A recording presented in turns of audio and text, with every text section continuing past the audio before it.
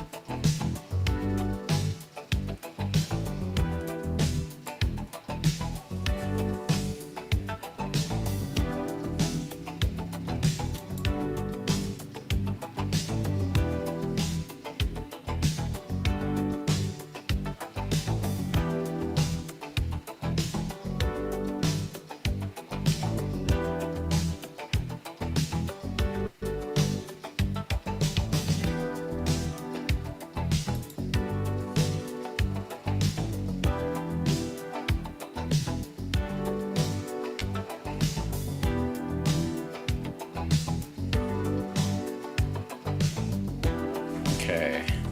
All right. Give me 1 second.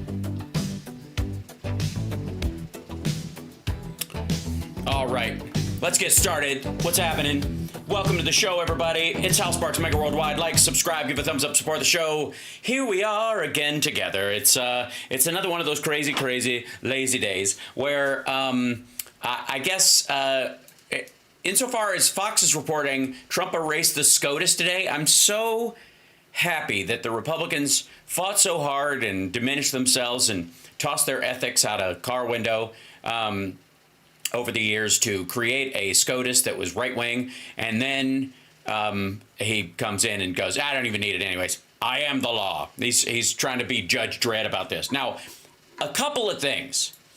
There was, and I need to look this up because it's so crazy.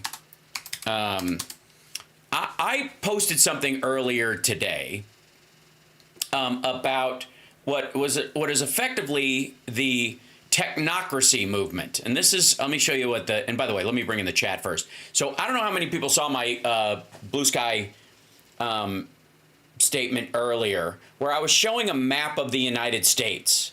That was, yeah, by saying he's the law and he decides what the law is, that's actually what the Supreme Court does. So apparently he's getting rid of that. So anyways, we'll get to that in a minute.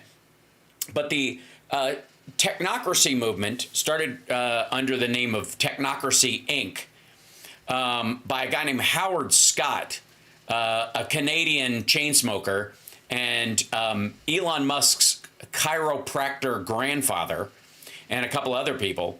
In and around the Great Depression, these guys came up with an idea for what was called, let me see if I can show you the picture of it, a technocracy-driven government where engineers would be in charge. It's not a democracy. You don't really get any say, but you'll have more freedoms because they will just take over and produce the things we need in society. It's very, very much Chinese industrial theory, and it's stupid. It's picking all the winners and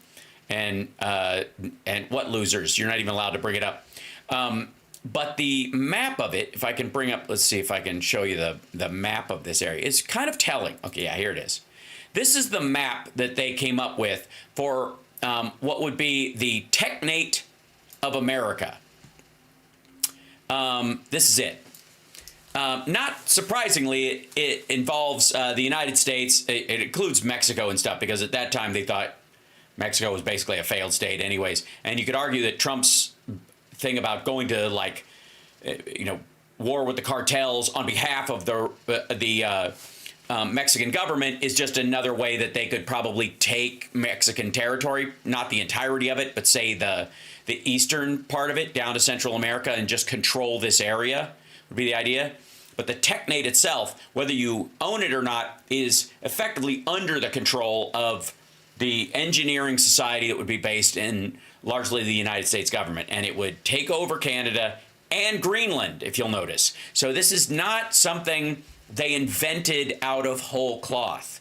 This is not something that is just like, he didn't just decide to fixate on this thing. Other people are whispering fixate on this in his ear. See if I can show you this. Okay, so this was their belief system. So this is, and again, this is Elon Musk's grandfather. This is I'm going to sneeze again because I'm allergic to this craziness. This is Elon Musk's grandfather's organization that he hung out with. And at one point, when they started off, they viewed themselves as brutally to the left of communism. That communism ain't got shit on technocracies, because what it would do is take the industrialized power of the world and automate everything, and so nobody would do any work. You would only work in your life, according to their theory, from 25 years old to 45 years old. You'd be retired after that, and you would be given money that was based on the energy output of you and the society at large. So whatever the productivity of the Technate would be, they would dictate that like they were giving you a slip for calories. I'll show you let's see if they have the image of it. Yeah, this is it. Yeah, here it is. So they would, instead of having money, you would distribute units of energy based on the output of the productivity of the country or the Technate itself. Okay, I'm dead serious. This is how Elon Musk's grandfather believed, and he got fed up with trying to make Canada that way and fucked off to apartheid South Africa, where he could really implement sort of the slavery aspect of this. This is that's where they were going with this. His grandfather was a complete Nazi. So in this regard, but they would come up with a system that would determine the energy output of the country and then equally distribute to everyone over the age of 25 these certificates by which you could buy things in the society based on your preference for what you would want.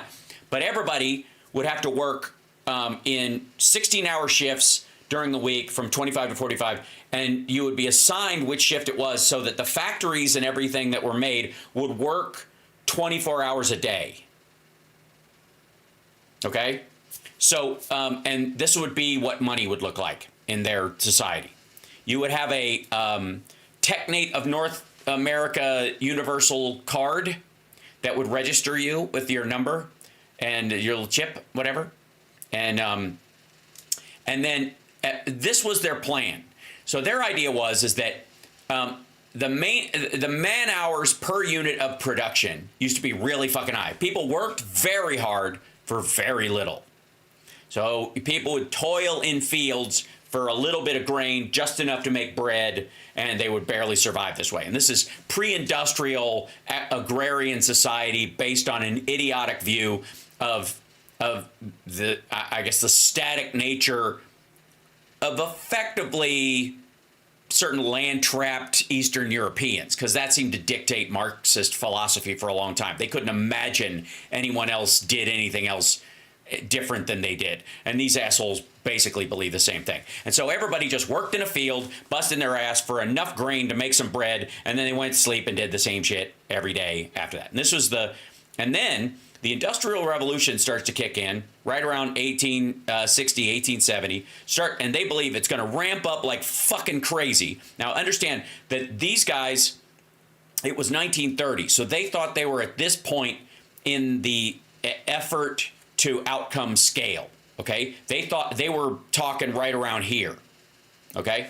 And so they believed productivity, this physical production of stuff, of goods, would just cascade up and plateau out and then just continue to rise via it would rise exponentially until it petered out, and then it would go to a percentage rise based on refinement of productivity over time. And then human effort towards it and the employment of people in man hours, the hours you would work, would cadaver.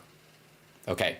This is the automation structure. And if you've ever seen anybody talking about what happens to the economy after AI or zero labor or any of those conversations that are happening right now, a lot of them are looking back on the people that philosophized about what this would be at the turn of the century or in the last century. Okay? So this is what they believed would happen. And they thought it was going to happen relatively quickly. I mean, these assholes thought that by 1980, right here, almost nobody would be working. Right? They would just, everything be on autopilot by then. Okay? That said, if you extrapolate this out over the near future, the next maybe 10 years or something, it starts to become a possibility, and it's a different thing entirely. But these guys were were engineers. And they believed, well, the guys running it weren't engineers. They were full of shit. Just like, I mean, they were to engineering what Elon Musk is to building cars and what Donald Trump is to construction. They were just salespeople and bullshit artists. But they managed to inspire a lot of people to try and think about the possibility of this, especially as the Industrial Revolution kicked in and everybody was just amazed by the enormity of factories and that kind of shit. Okay. And Isaac Asimov had a futurist society that these assholes tried to contact him at one point. There's no evidence that he ever returned their phone calls or their telegrams, as it were. But this is what they believed and that would happen. And this was the how everybody would work during the year and get breaks. They had a calendar of the year. And then this was Technocracy Incorporated meeting every Monday evening, basement of the public library. They had a little sign up in Canada where they would have a little meeting. And their symbol was this big red and white yin yang symbol. Variant degrees of this. But let me show you this. Well, whatever Technocratic is, okay, well, hold on. This guy. Okay, so let me show you this. This is pretty fascinating. Hold on.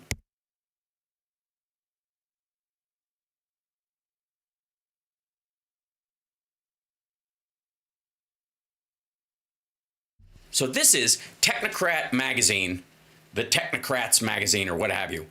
30 million out of work in 1933 or 20,000 a year income for every family.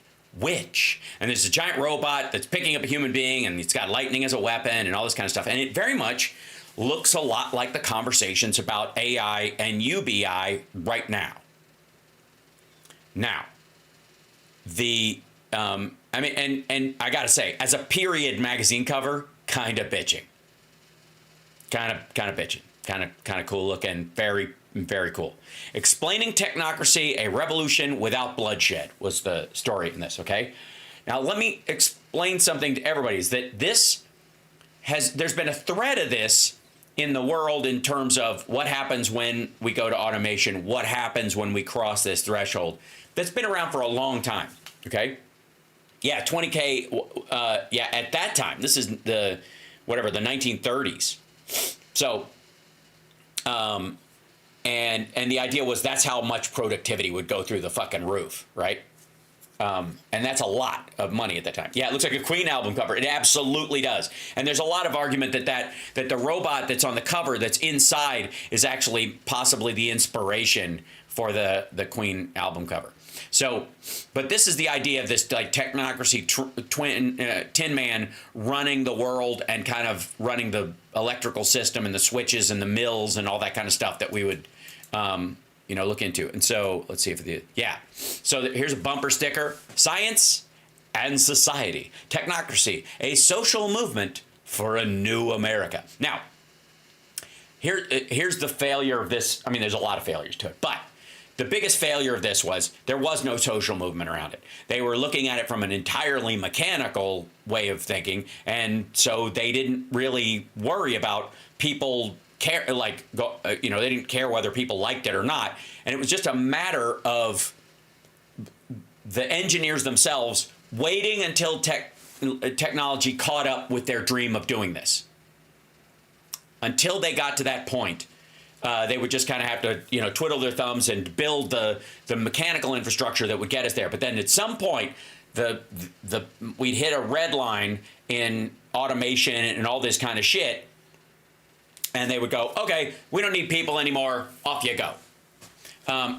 It's giving Nazi socialism vibes, absolutely. So there's a lot of overlaps between this and Stalinist progressives, Nazi socialism, industrial. You could argue that the National Socialism of the Nazis was based on an industrial war footing structure where they would start with the killing machines, and then eventually after they wiped out all the dregs of society that would be a drag that would take those energy certificates that they would hand out to everybody, and they didn't want to hand them out to gays and indigent people and the mentally ill or whatever, just because they're over the age of 25. So they just how about we round them up, or Jews, how about we round them up and get rid of them, and then we'll start doing the whole energy certificate thing. So there's a ton of overlap.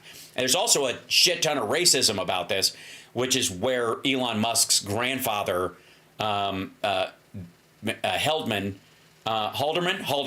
comes in, okay? Italian futurism also. Yeah, well, again, it kind of, what inspired me, Chris Snively, who says Italian futurism in the chat, that there's a lot of Italian fascism around the industrial era that's baked into all this shit. And a lot of it was an exercise at the time. And one of the reasons it petered out was because the technological advancements of the time were nowhere near this is a matchbook they handed out to try and so you could meet people and stuff back when they had remember when matchbooks were a plot in a movie, because that's where people wrote their phone numbers. They'd go, hey, you want a match? And then inside it would have a phone number, because that's how people, that was the grinder of the old days. All right, anyways. And the Tinder and the whatever else app you use, Bumble. I don't know. Anyways, I'm in a relationship. Don't care. So, all of these, and by the way, this is one of my favorite pictures. This is a man in a restaurant reading Technocracy, The American Dream by William E. Aiken. This is an ad. This is not, this is like an ad for the book or an image of the book. And this is the dude who man, we could have had this, but you'd be fucking around. It's like reading this. Apparently he hasn't gotten very far also. He's just cracking it now. Looking at him, I would argue that he should be at the tail end of the book, but I appreciate him doing it. Also, what a dog-eared copy. This has been passed around. Look at the fucking dust cover on this shit. Anyways, who wouldn't follow this guy? Okay, so you get my point, I think, so far. So this is the Technocracy Digest. This is their little newsletter they put out back in the old days. Science versus Chaos was part of there. And Howard Scott, see if I can show this. See this name, Howard Scott? Okay, so Howard Scott was kind of the head of this. He was like the cult leader of this thing, okay? He was the guy that, everybody viewed as sort of the spiritual leader, okay? And they called this, the organizational structure, the Soviet of Technicians. Yeah. Well, Trump is a Stalinist. That's where I'm going with this, capable Glober. That's the point. So in this, in their description of the Soviet of technicians, which would be the empirical structure of the government, I want you to look at the, okay, so the Central Directorate, there's tons of 1984 references and shit, and where a lot of these guys got that shit from when they started writing these books had a lot to do with them looking at the futurism of these guys, them passing out their fucking leaflets and what they wanted to do, mixed with the Stalinist movement, the progressive movement, and the rise of the Nazis. That's where you get everything from fucking 1984 and Animal Farm to Brazil. Right? Okay. So the top of this would be the Central Directorate. That's this. And you do not vote for this person. This is the engineers. I don't know. They'll consult deep thought and and since my number is 42, they'll put me in charge, I guess. But that person or that being or that AI, in the case of how Musk seems to be leaning, will make all the primary decisions, and they will be carried out by the Executive Council of Resource Engineers, who will deal with transportation, productivity, and industry, and distributive traffic. That's these things. That's what they'll do. And then the Advisory Council of Production Economists, as they wind down the economy. And then these guys, the Executive Control Production Engineers, which I don't know why they're over here and why they wouldn't be down here. It's probably why the substructure of it failed, okay? But you have to understand, this is what Elon Musk's grandfather was really into before he went to South Africa and set up shop. And he raised Elon Musk's parents to believe this shit. And when you talk about a guy who's like into who seemingly was a darling of the quote left for a long time, and sort of presented himself as an eco-friendly, super genius where they would zero out labor, and he wants to create robots and automated factories and all that kind of stuff. This makes a lot of sense. This doesn't look like he's doing this flippantly. This looks like a generational attack on democracy by people who believe that the lower IQ people in the world should not be in charge or have a say, and only the really smart people should. And the dictate and who are the smart people? Whoever they say they are. Right? So, it sounds like a shitty movie. It absolutely is, Robert Lewis. But this is here's their bigger chart of how they would do it in the North American Technate. This is how they would see it. The Continental Director would oversee everybody. The Continental Board would oversee the Armed Forces, Continental Research, Social Relations, which has a lot of like mind control aspects, and Foreign Relations. The Area Board, which directly goes beneath the Continental Board, does all this industrial function and these service functions: education, public health, recreation, mechanical, hospitality, transportation. All these would be under the Area Board, directed by the Continental Board, that the Continental Director has say over the fucking continent. Hence, America invading Mexico, controlling Canada, taking Greenland, the 51st state shit, all that stuff. It didn't appear in a fucking vacuum. Now, do I think Trump understands this? Absolutely not. He's too fucking stupid. He's dumb. He does not have the brains to contemplate a restructuring of government on this scale, or industrialization on this scale, and certainly not the combining of it. He has no idea. He's got a risk and reward dopamine defect in his fucking brain. He's a flim-flam artist and a bullshitter at best, and he thinks that lying to people is how you make deals. That's it. He has no idea how any of this would work. Other people do, and they would push back against this, right? Which is why, I've been asking for a while, look, if apparently maggots are all for all the stuff that he's doing as far as, cutting government waste and supporting cops and being very pro-military and protecting the border, if they're all in lockstep with that, why the fuck do you need Trump? Don't they all believe the same? Why would you need the dude who was friends with Jeffrey Epstein for a quarter century when you have every other fucking Republican who will obviously dovetail behind, and they would gladly be the stamp jockey for Project 2025? Why is it? Why? Well, because the rest of them would go, what the fuck is this? I'm not doing that. This is exactly what 1984 is about. This is exactly what the Soviets were trying to do. You even call it a fucking Soviet system. No. But Trump, you can just whisper chunks of it in his ear and he'll start parroting it, and he has. That's what the Greenland and Canada shit is all about. Is it going to happen? No. Because there's all, like, again, there's a reason why it failed. But they're going to do as much as they can. This is what they said Obama would try to do. Yeah, well, you'll remember that they talked about the Amero. Remember that shit? The unifying currency that the Democrats were going to do because it was arguably a progressive ideal. Remember that shit? Okay, it comes from this stuff. Now, if you'll notice, there's a big part of this where when you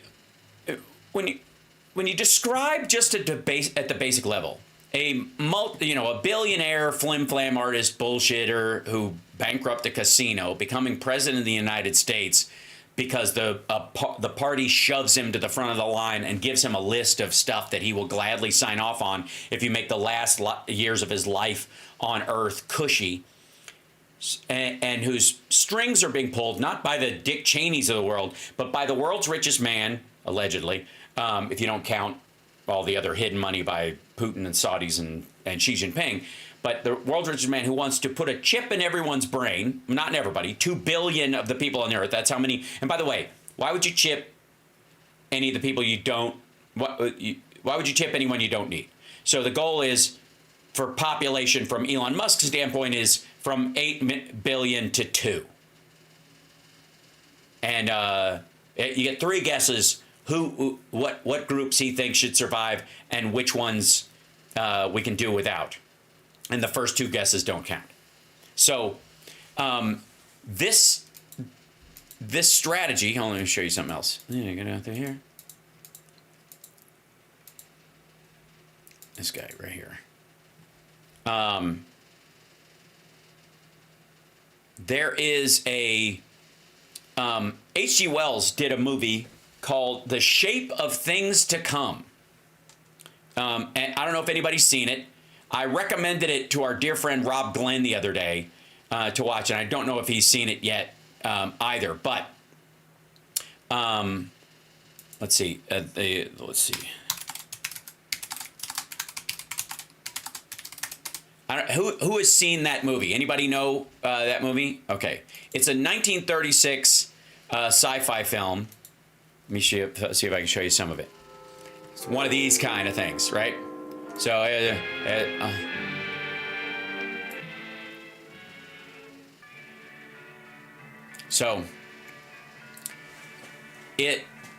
and by the way, can I just say, look at the graphics on this fucking thing. These are all done by hand.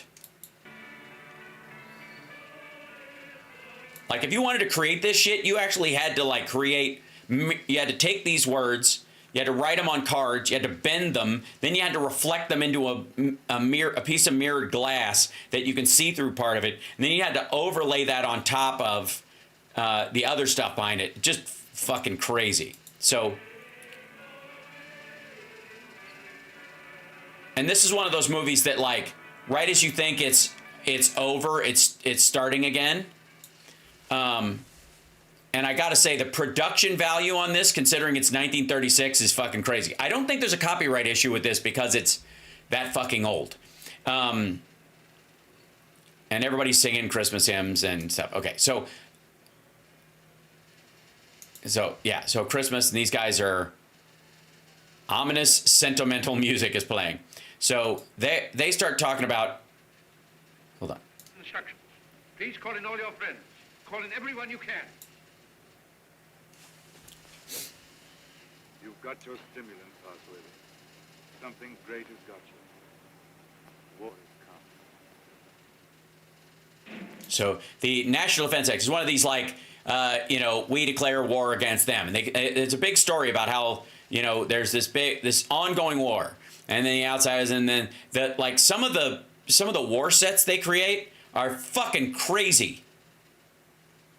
considering, I mean, the production at the time, right? And at one point, there's this guy, and he basically the society's been wrecked, kind of like post World War I, post World War II England, and it's fucking everything's wrecked. So they kind of have this savage society, and they're like, no, but this one guy's like, we should try to get the airplanes back up in the air so we can see if there's anybody else alive. And they're like, nope, nobody's flying anymore. This is the guy who runs everything, and this is the guy who's like, but we should try airplanes. Okay, he's the futurist. In this, they're talking and all this stuff, and then, wouldn't you know it, Gordon, you were right. A plane once more. And they look upstairs. Oh my God, a plane is flying overhead. Oh, there it is, a plane. A plane. Now, when the plane lands, this is my favorite fucking part of the whole movie. I apologize. Follow me with this. What kind of futurist wears fur? He's not the futurist. The guy wearing the fur is the savage leader of the collapsed society. Check out the dude who shows up in the airplane. By the way, functioning aircraft, crazy as it is, that is a nutty fucking, hold on. Whoops. This guy right here. Let's see if I can stretch that thing right there. There it is. This thing right here. Like, it's look at that thing. That's a real, the prop they have later, but they have a real aircraft that flew back then like that. It's like, look at this thing. It's like experimental craft. And then they build him this little, like, look at the hat. I fucking love this outfit, man. This is straight up like, it's like a dude at the Ren Fair who was like, I thought this was Comic-Con. Okay. Check out this suit. Here's the man from the future. Who's in control of this part of the country? The guy with the fur on him. Also, why are you wearing a toilet seat? Yeah. The chief, what we call the boss. Good. I want to see him. He sent me to arrest you. You can't do that. But I'll come and see him. Well, you're under arrest whether you'll admit it or not. The country's in a state of war. Well, come along. I know the way. Yeah, so it's Dark Helmet from Spaceballs. Absolutely. I knew it. I'm surrounded by assholes. All right, so, sorry, I turned the audio down because there's a lot of music in it. So they go and meet the guy, and they're like, how dare you, and you can't meet the boss, and... All in good time. I must see this gentleman first. Well, you better go with me. Orders are orders. The boss first. Okay, anyways, so the boss lives in a busted out fucking dome in this place with the hottest chick because he earned her or whatever, and she's very Machiavellian. And this whole fucking part of it is just, it goes on forever. Like, they just, like, this whole, like, will they kill him? Are they keep this guy in a fucking prison cell for a long time? And then, like, all this back and forth, they're like, we gotta go and get our guy back. And so the people of the future are like, where the fuck did Jacob go or whatever? And here you go. And they're going into these giant spacecraft, basically to go save their dude from back in whenever.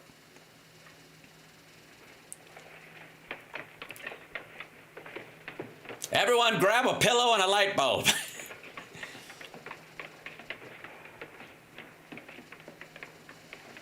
Oh, that's a happy gas, by the way.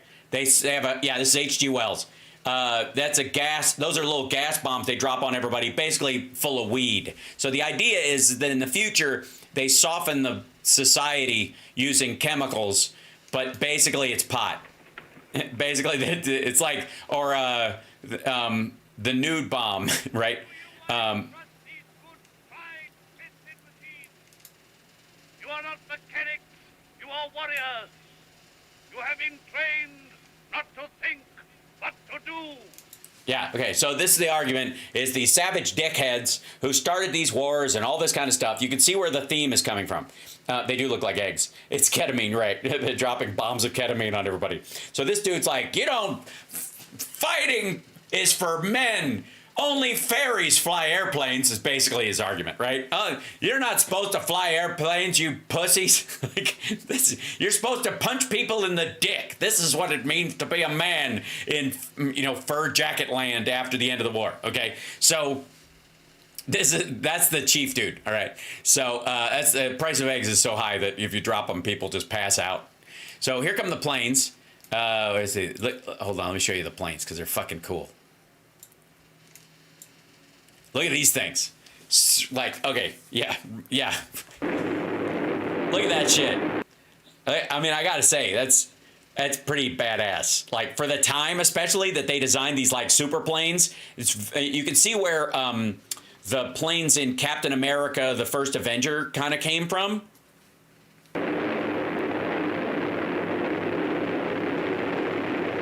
I'm almost there. I'm staring at the big dial, and I'm going to drop upon these people. It's been really right. I'm going to drop one of the ketamine and pot eggs on these stupid people. And as soon as they're gassed up, drop down there and get our buddy, and then leave these assholes to just ruin themselves. We don't need them anyways. Now, obviously, in watching this, you guys know I have an issue with what I call the hoverboard fallacy. I'm writing a Substack about it now, so subscribe to the Substack. The hoverboard fallacy destroys more sci-fi than any other thing. It is right up there with why Janet Leigh didn't just get back in her fucking car and drive to the border instead of staying at the Bates Motel. She should have just kept driving. Don't get me started. By the way, uniforms, both cool and Nazi-esque and a little creepy. And everybody's skinny, which should, I guess, tell you something. And really tall, because I guess that's also stature, right? Look up the Kalinin K7 plane. Okay, you guys are going to get me lost in a fucking loop of shit, aren't you? Looks just like it. Kalinin K7 plane. Yeah, there you go. Multi-props. These were big ones. Yeah. Kalinin K7. That's... Yeah, nice wheels. Holy shit. Look at a picture of it. Hit down here. Yeah, so that would be the Kalinin K7. Yeah, everybody's trying to like, hey, we can get a lot more payload. We just need more fucking propellers. Also, very Flash Gordon, especially the movie. I half expect to hear some like Queen soundtrack music. Gong, gong, gong, gong, gong, gong, gong, gong. Flash! Ah! He wears very tight pants! Right. Miguel, tell him to stand by. Miguel, tell him to... Yeah, so the other guys were like, fuck you, we're gonna fight him in airplanes. We can't punch a giant plane, stupid. And so these guys fly up in their piece of shit leftover planes. And...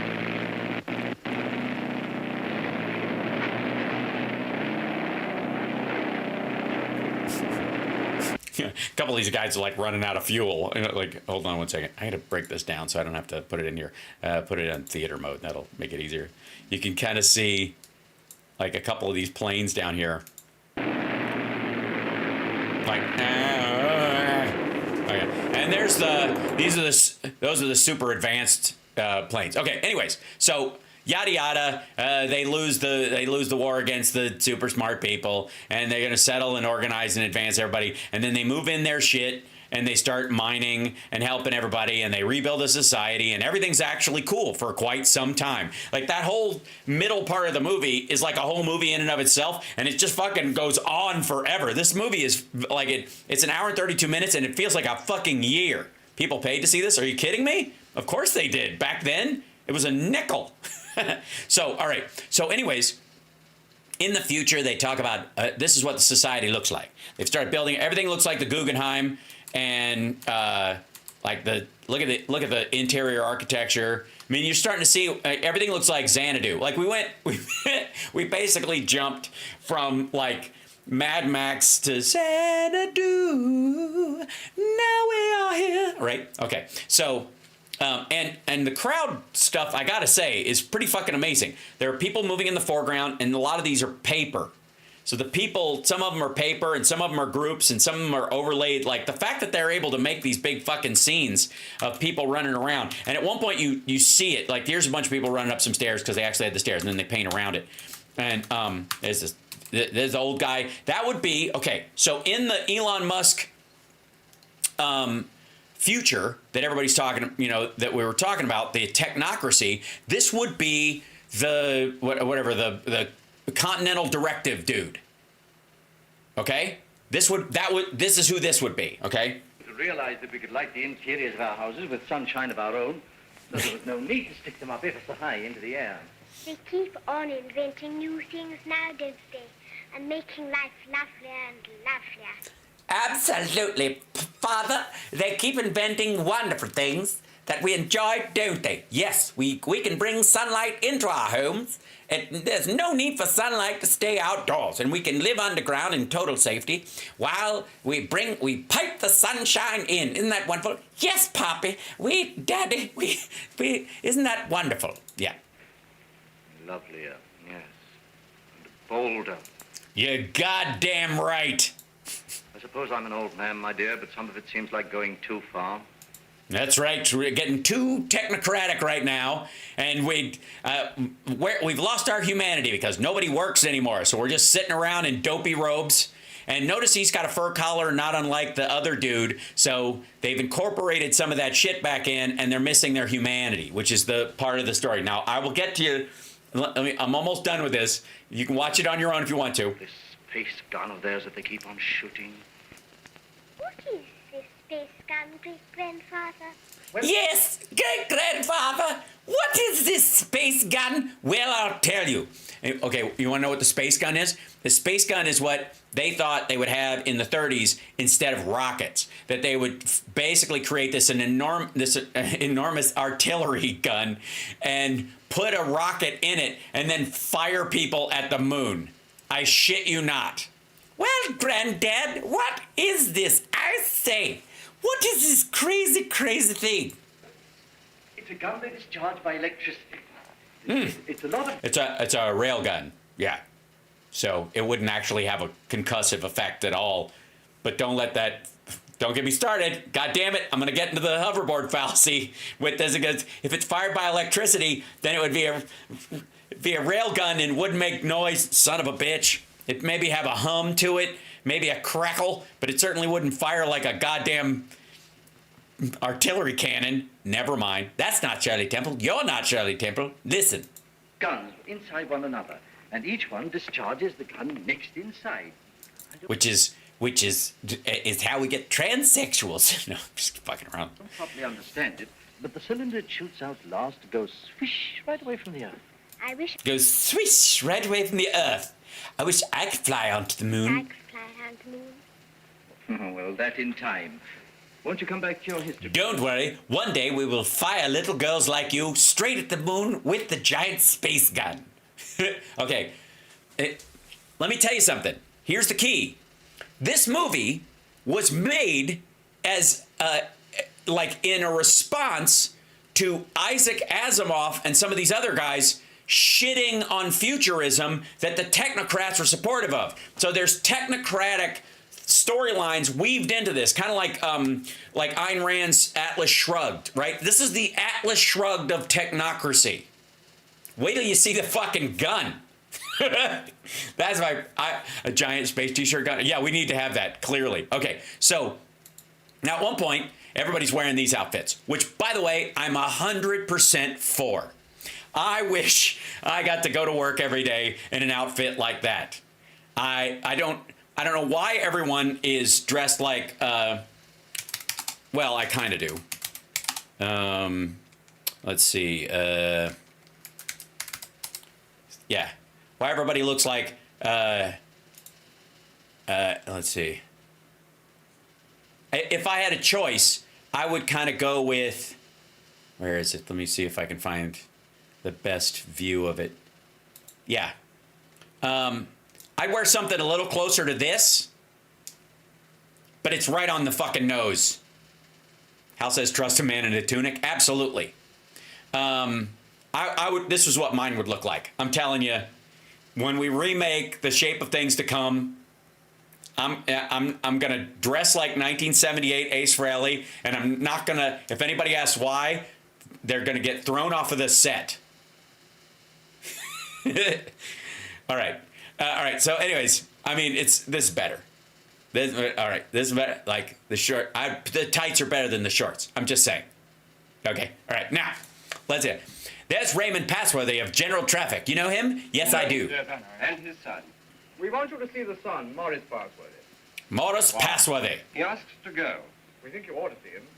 He's waiting here. Okay, so where does he want to go? He and this girl want to go to the moon, and they want to use the space gun to do it. And eventually, the people. By the way, this is pretty fucking cool too. Hold on. This is. Is Morris Passworthy there? Look at this fucking Apple Watch of 1933. Is Morris Passworthy here? Hey, what do you know? Dick fucking Tracy, right? Where's Gort? They haven't made contact with outer space yet. All right, so check this shit out. I mean, it's pretty. I mean, I gotta say, kind of bitching. Yes, everyone has a transatlantic accent. Everybody's, which is where potato came from. You know that song? You say potato and I say potato. You say tomato and I say tomato. Potato. Okay, you know where that came from? Okay, they were trying to do, for America, they were trying to create America's own accent, which would be a transatlantic accent, very much like how Katharine Hepburn and those folks spoke back in the movies, where everyone spoke very properly like this. I say, and I have to say, I'm for it. By God, if I'd been brought up in that time, I would have seized upon that way of speaking. It would have been very direct, and everyone understands every goddamn word out of your fucking face, right? But they were teaching it in schools, and there was a bunch of fucking no shock Southerners who were like, "Why are we teaching an accent?" They got no sense of class, none, and they didn't want to wear the tunic Ace Frehley outfits. Fuck them. So okay, hold on now. So they meet with these people and those kind of stuff, and they this dude gets to dress like Vision because he's in charge. Look at this dude. I don't wear a shirt because of my steaming muscles. I'm 900 years old and I still look fit as a fiddle. What's a fiddle? It's an instrument people use. Don't get me started. Shut the fuck up. So. It means danger. Great hardship, anyhow. You realize there's an even chance of never coming back alive. A still greater chance of coming back a cripple. Give me credit for not minding that, sir. Yes, a lot of you young people don't mind that. But why should I give you a favor? Well, I'm the son of a friend of yours. And, people seem to feel you oughtn't to send someone you don't know, sir. Go on. We've talked about this over and over again. We? Yes, both of us. It's her idea even more than it's mine. Her idea? Who is she? My girlfriend. She and I want to go to the moon, and it's true. So he and his girl want to go to the moon together. Because I guess in this society, it's really hard to find, some a quiet space for some me time. Someone much closer to you than I am, sir. Go on. It's Catherine, your daughter. She says you can't possibly send anybody's child but your own. Okay, so they're going to go to the moon, and the way they're going to go to the moon is in the big space gun. And this guy announces, "Hey, assholes, we shouldn't be going to the moon. We should be we need to destroy all this technology, and we need to normalize life here on Earth." And here's all the people running around, by the way. Your speech has struck fire. All the people are excited and angry. Some are already going out of the city towards the space gun. They're going towards the space gun, and they got to tear down the space gun. Fuck going to the moon. And if they can't go, we can't go, and fuck you. And so the whole idea is that they're going to go down. It's fucking hilarious. There's a bunch of people in their knickers and their capes are going to run down and bust up the space gun. Now, wait till you see the space gun, because I wanted to see like at least one scene where these people were in like these outfits going, "Did you bring any tools?" "I didn't bring any tools." "Why didn't you bring any tools?" "Well, we can't punch this fucking thing. It's made out of straight titanium. Look at the fucking thing. It's like the size of 16 gray whales. What are we gonna do? Fuck it? This is ridiculous. Well, someone should have told me. The one guy made a speech, just said, "Come down here and stop it." I don't know how what are we gonna do? Crawl in the end and jam the fucking thing up with our corpses? I'm not doing it. All right, so. Oh, by the way, yes, the outfits from the aliens in Rocky Horror also come from this movie. If you'll notice that Riff Raff is wearing one of these outfits. Nothing is wanted now but leading. We must go right on with this. To the space gun. To the space garden! We should go to the space garden! And we'll bust up the space gun. Destroy it! We must. Okay, so of course, everybody's like, fuck, they're gonna destroy the space gun. Check this shit out. So this is how they made, look at all these people. They don't have this many people. Look at this. I gotta give them credit. This is basically just like a conveyor belt with a bunch of fucking like little people that wiggle a little bit as they're going, and as they turn it, it looks like a bunch of people storming down these gangways. And then they obviously they have this little like balcony that they built, and then they just paint around the top of it and place it, and then they put like a bank tube in the front and send shit up through it, and is in the foreground. It's genius. Fucking, I gotta say, the production value on this is goddamn, it's impressive. Right. Well, we're being surrounded by paper dolls. Run! Liberalism, come back. Okay, so that's Catherine and the dude, and or right there, the dude and Catherine. They're gonna run to the thing, and they want to be shot into space. All right, so we got to get down there. If we're ever gonna go, we got to go now. So they go and they try to stop her, and they run down and fly away in the little helicopter thing, and it flies away to go to the gun, and everybody's like, "Fuck this!" And they go, "We're gonna run to the gun." So this is the space gun. Look how fucking big this thing is. Look at this thing. Look at the trees. Look at the size of this. Like, you could arguably you could fuck up a shuttle landing because it's so goddamn delicate, right? Or a shuttle takeoff because everything's so delicate. You just pull one cable and they'd have to shut it down till tomorrow. But look at this thing. And it's got balls. This is basically ejaculate. They're just, I mean, we're going to impregnate the moon with two of our own. That's what, all right, yeah.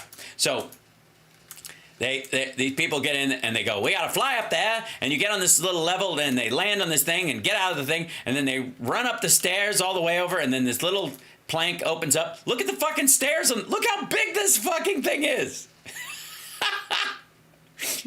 And the people are like, we're going to destroy the space gun. Like, are you fucking insane? Look how, what are you gonna do? Okay, maybe it's just me, isn't it? It's just me. I'm the only person nerding out about the metallic density of this fucking thing. And then you're like, we'll punch it with our little silly outfits on. Well, I've got these bandoliers that I wear. They're made largely out of cardboard. Maybe I could pink. Ow! God damn it! So how about we take Charles? He's always been hard-headed. We'll use him as a battering ram. Ding! Ow! He's unconscious. Shit. Yes, they'll pee on it. That's right. Everyone, quick, drink some iced tea. So, yeah, kick it hard. Look how fucking big this thing is. And they're going to destroy it. It's not there to, like, shut it down or protest. They're going to they're literally. It's so, all right, wait, now.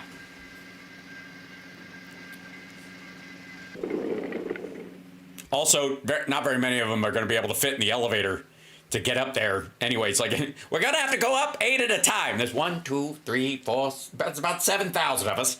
Okay, everyone, alphabetical order. This is going to take forever.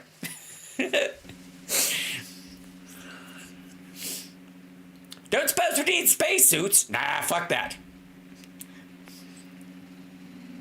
There goes the little ship. That's the ship they're going to fly in. That's the rocket. That's like the size of the Falcon rocket, right? Or the, like, that's what they're actually going to take off in. It's going to be, it's going to be fired out of this thing. Can you speed, can you speed it up a little because, the hordes, as it were, right?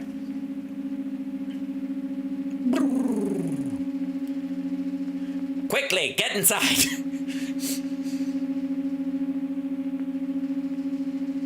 Any particular reason why it wouldn't already be inside? Oh, we wouldn't enter through the side? Don't know. All right, anyways, that lands right there. They didn't know you were coming, so they go, don't you dare. And the couple climbs inside. Door mechanism. Look how fucking thick that door is. What are you gonna do? We'll beat our way in. Someone, what have you got? I've got some crackers. Shut the fuck up. Bye, Mummy. Bye, Daddy. Have fun fucking on the moon. All right, anyways, so they go in there. Well, Charles, you should have packed some underwear. Why? I don't have to change it as soon as I got into orbit. Good point. So, it's a cork. All right, inside the ship, not too bad. Not too bad, okay? Interior of it, you could see that there was some actual thought put into this. It wasn't just smooth on the outside. They were like, okay, we're going to float around this thing. There's zero gravity, so we'll be able to, like, we got to lock ourselves in for takeoff, but then once that happens, we can kind of bounce around inside, and it'll just be a big hollow tube, and we don't need levels because what do you need a floor for when you're, right? Great, okay, so, impressive.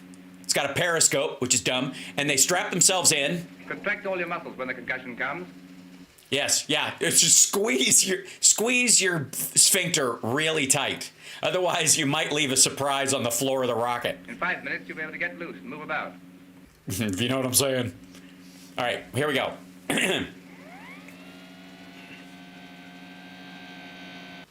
My goodness, I probably should have told them we didn't pack any food.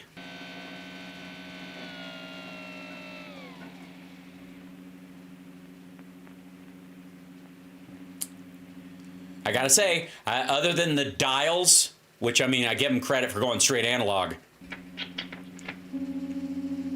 Loud hum, I agree. Raise it up. Check this shit out. Here come all the people. Stop this, right?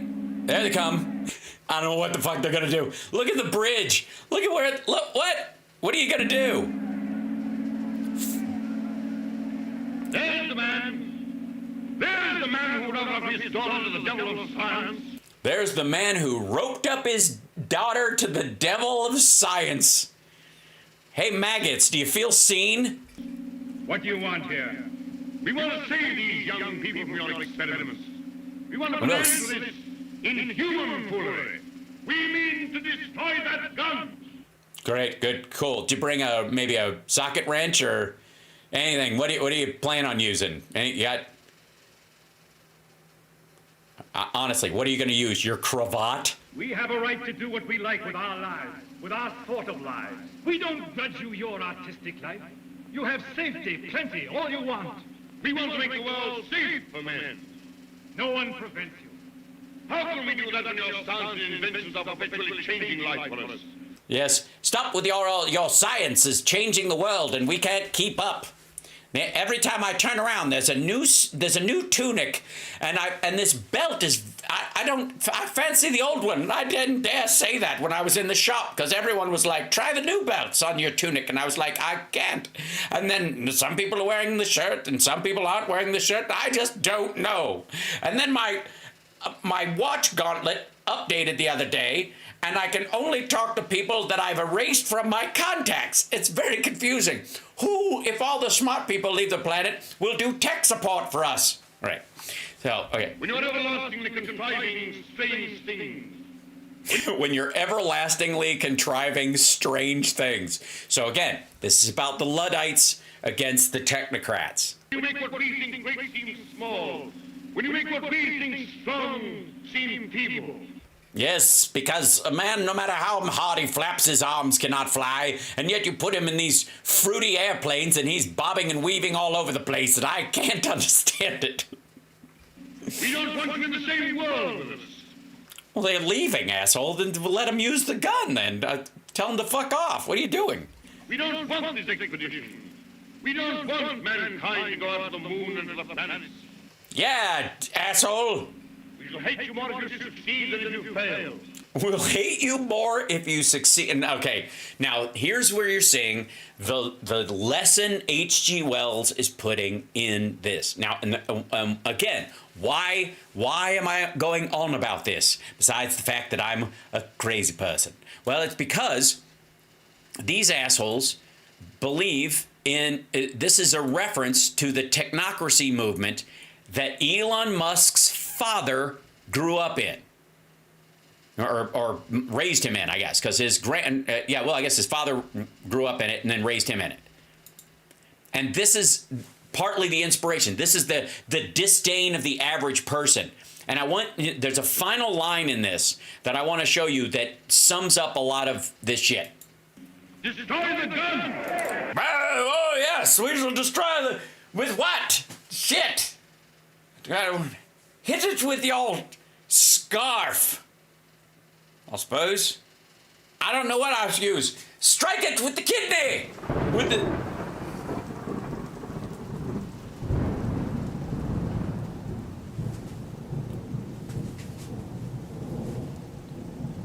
The gods have become angry with us.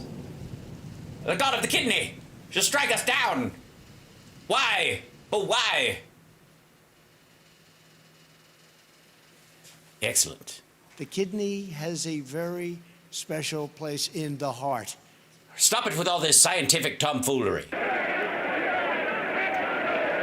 you can even reach the base of the gun, it will be fired. Yeah, I mean, it's a long way. Beware of the concussion. Yeah, dummies. Do you have any idea what's going to happen to the ground? Get out of here. Also, they're retracting the platform, so I don't even know how you're going to get out there. You know, monkey bar your way out there, stupid. Beware of the concussion. Dramatic suspense. Yes, beware of the... And I love how it has a sight on it. How are we going to aim it at the moon? Don't worry. I've got a crosshair.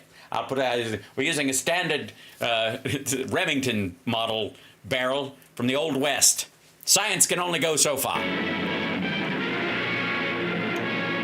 So they lower this thing in. Quick, get out of the way. It'll blow smoke up your tunic.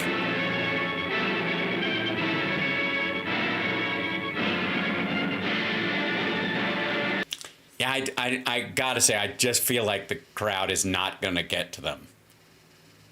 Just felt pretty strongly that they're not gonna be able to get them. Like, I don't know.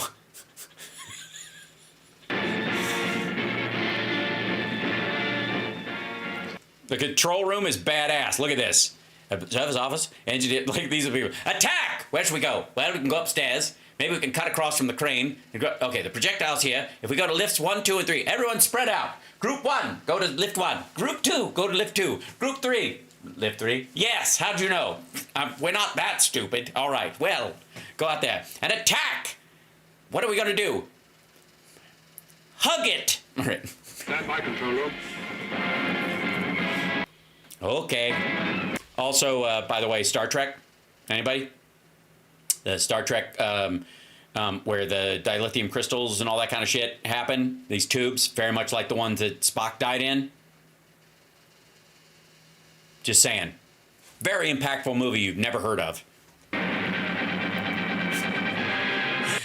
Nice penetration.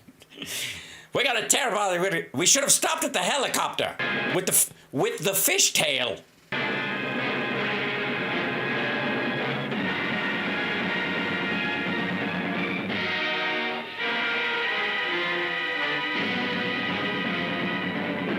I mean, you got to give them credit. Look at all the fake people running across that. That's impressive. Look at the size of this fucking thing. Look at it. Just enough to show you, and then they cut away. I'm more impressed with that than the whole fucking movie.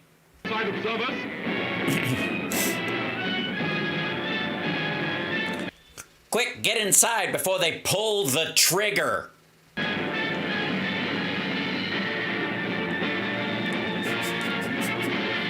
What are you going to do when you get there?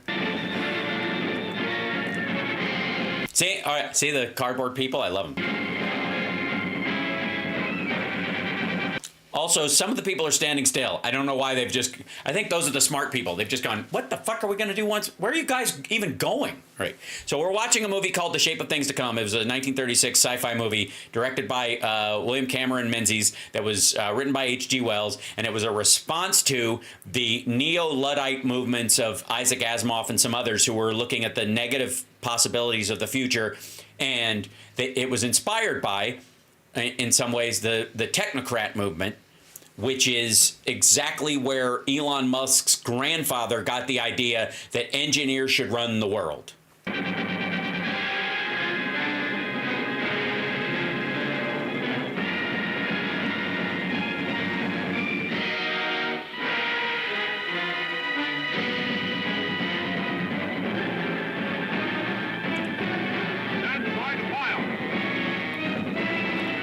I got to tell you, guys, I wouldn't be climbing up the outside of the thing when a rocket's about to be shot. This is stupid. All right. By the way, I don't know where that fucking tram was going. What the fuck is happening here? Just people on their way to work or something? People were like, this is probably going to be dangerous. Let's catch this tram, get the fuck out of here.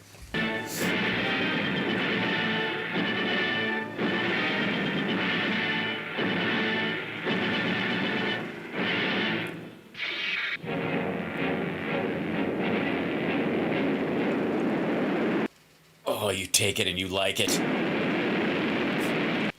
This is filth.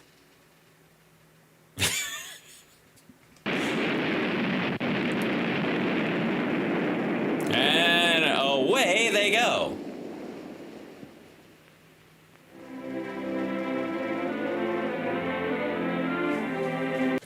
Cut to Interstellar. Don't go, Murph. Don't get in the space gun, Murph. All right, don't get in the space gun, Murph. Don't do it. See what I'm saying?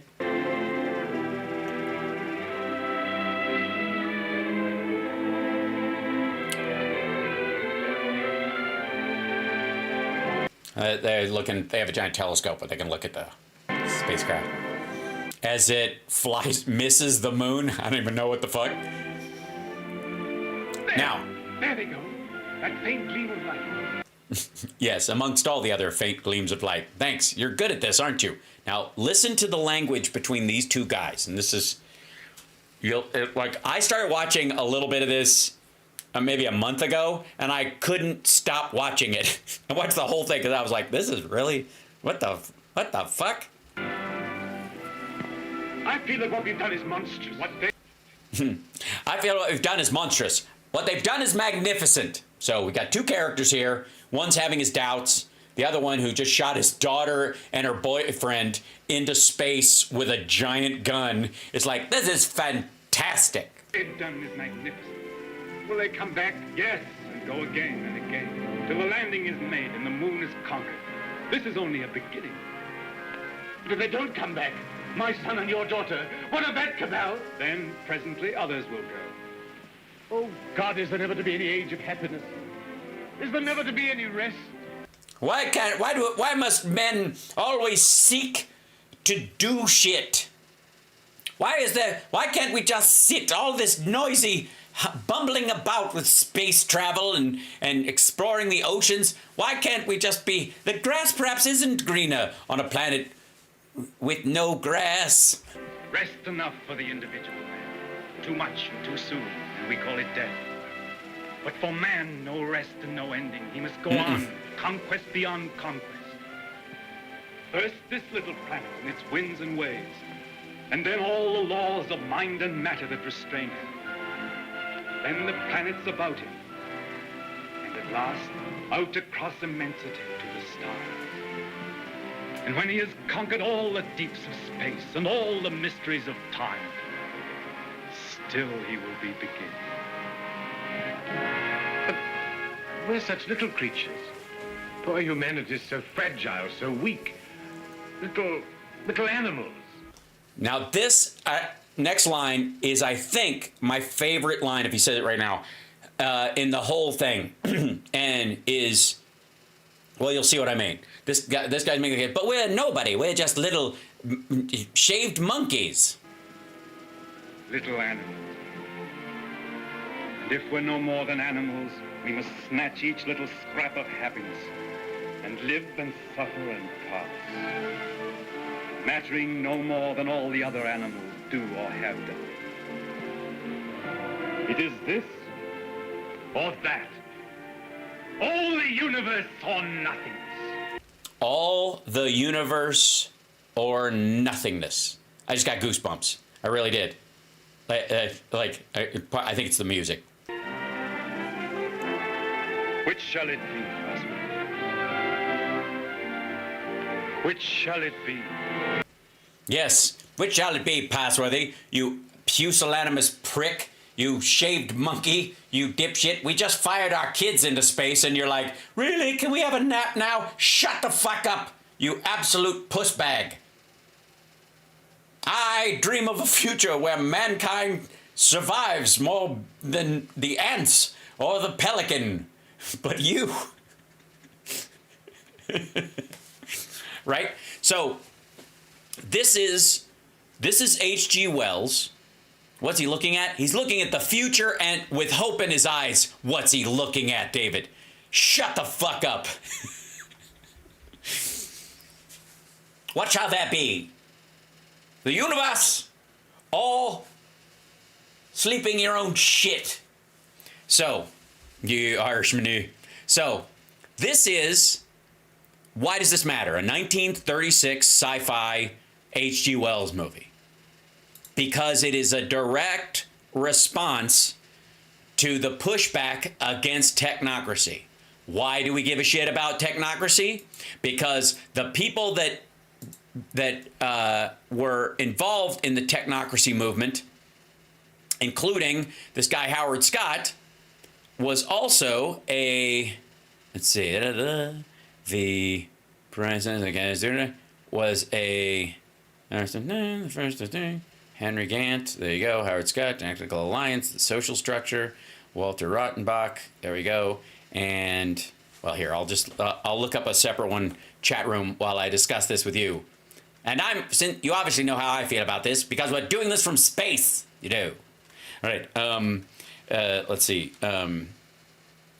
Let's see. Elon Musk, grandfather, Technocracy, Inc. So,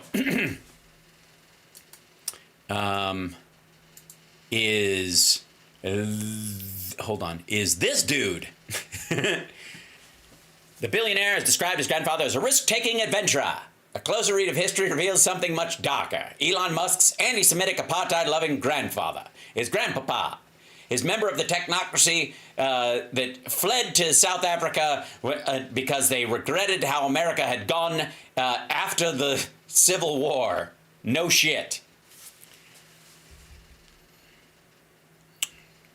The Joshua Haldeman, Canadian chiropractor, as a source of... Isaacson describes him as a source of Musk's great affection for danger, a daredevil adventurer with strongly held opinions and quirky conservative populist views, who did rope tricks at rodeos and rode freight trains like a hobo. He knew that real adventures involve risk. Isaacson quotes Musk as having said, "Risk energized him," and also, and things of that nature. Joshua Haldeman, this fellow, don't you know? The Canadian years. Dismiss. Joshua Haldeman was a member of the Technocracy Society. There he is. Before he changed into his heavy-shouldered tunic. Right? There he was in 1950. And then eventually, you go to the annual convention of the National Chiropractic Association held in Toronto in 1938. 2 years after that movie I just showed you came out. Where he was drawn to it and went there. All right. Then here we go. That's the fellow. Joshua Haldeman, fan of the small mustache, don't you know? I feel like I'm getting more and more John Lovitz as the night goes on, because few people speak of this, my friend. And in this tone, there he is, photo depicting the Board of Governors of the Canadian Memorial Chiropractic College. That's where he went. And then photo from the International Review of Chiropractic. This is the shit where he's in the chiropractic thing. There is with I believe with Elon Musk's papa. Yep. Let's see, the Beyond the Canadian Years, where he moved to South Africa to be as racist as he possibly could in 1945. So the Technocracy movement. Let's see. Fact check footage. There you go. The world according to Ethan. There you go. This is the New Yorker's thing on it. Yeah. Okay. So Joshua Haldeman. That's this dude. This is Elon Musk's dad. He was born in Minnesota, or grandfather, born in Minnesota, moved to Canada. He, as a chiropractor, started palling around with this Technocracy Inc. movement. And then when it basically when the head of it got laughed off the radio, he fucked off to South Africa. Let's see. Haldeman objected to Technocracy. Here you go. In 1941, he resigned. This is the, where is it? Yeah, so from 1936, which is the year the movie I just showed you came out. This is 1936. He joined, the year this movie came out, Howard Scott's Technocracy Incorporated, which led to his arrest on October 8th, 1940 in Vancouver by the Royal Canadian Mounted Police on a charge of membership in an illegal organization. Now, why? Well, the Technocrats were against engagement in World War II. And partly because of their beliefs about the storyline in this shit, where it war just destroys things, and men should be spending that time doing stuff. And if anybody, why should you have to fight to protect anyone? When, okay, that kind of shit. All right. So they were against it. It was subversive to the war effort, so they were outlawed. All right. He returned to Regina, released on $8,000 bail. At trial, he was fined for his role writing and publishing and circulating a document called Statement of Patriotism by Those Who Are Technocrats, which the court deemed likely to cause disaffection to His Majesty. And then, this is Elon Musk's grandfather. In 1941, he resigned from that group. For 2 years attempted to form his own political party, published a newsletter called Total War and Defense. As an avowed anti-communist, Haldeman objected to Technocracy Incorporated's declaration of support for the Soviet Union, following the German invasion of the Soviet Union in 1941. Haldeman's son-in-law, Errol Musk, claimed in 2024 that Haldeman sympathized with Nazi Germany during World War II.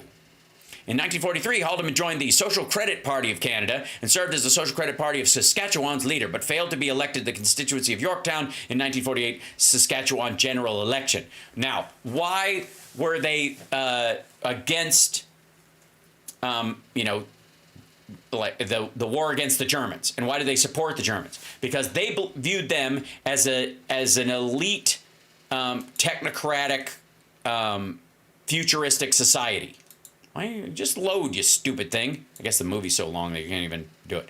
They believed that if any society was going to lead to the future they saw in this, it was going to be the Nazis, and you had to get rid of some of the flotsam and jetsam first. Yeah. During that time, Haldeman formally made statements discouraging the publicizing of the prevalent anti-Semitism of the party, discouraged the publicizing of it. However, he also gave a speech defending a decision by a party newspaper to publish the Protocols of the Elders of Zion. He knew enough to know that it was an unpopular position. He just basically said, keep it down. This was a mask-on moment for Elon Musk's grandfather. So, Haldeman said that the plan as outlined in these protocols has been rapidly unfolding in the period of observation of this generation. So, which, by the way, the Protocols of the Elders of Zion is fake, but they were, but he said, basically that's what's happening. The Jews are taking over. That's what he was selling. How it's white supremacy. It's beyond that. It's German supremacy. They wanted to get, the Jews in that area were considered white. The Italians were considered white. They were just, some of them were mixed with the Moors. It's not simple enough to call it white supremacy. They believe that there's a genetically superior version of it. This locks into his belief in the fucking Thule Society, which is also in line with his belief about, Nazis and the superiority of certain genetics. As far as eating I don't know if he still believes this about the people in Springfield.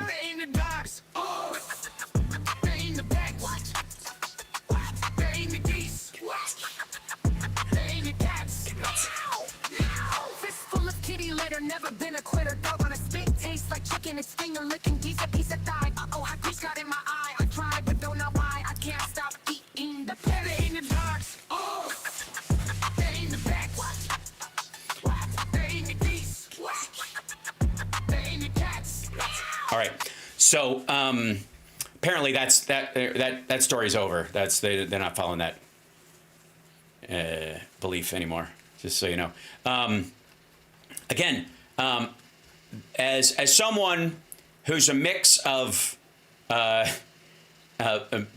few different rapey societies, I wouldn't exist if they weren't constantly punking each other in raids. The Nordics, the Irish, the German tribes, if they weren't raiding into each other's villages and dropping seed, I wouldn't be here right now. And so of all those groups, there's a bunch of them that the Germans did not believe should exist either.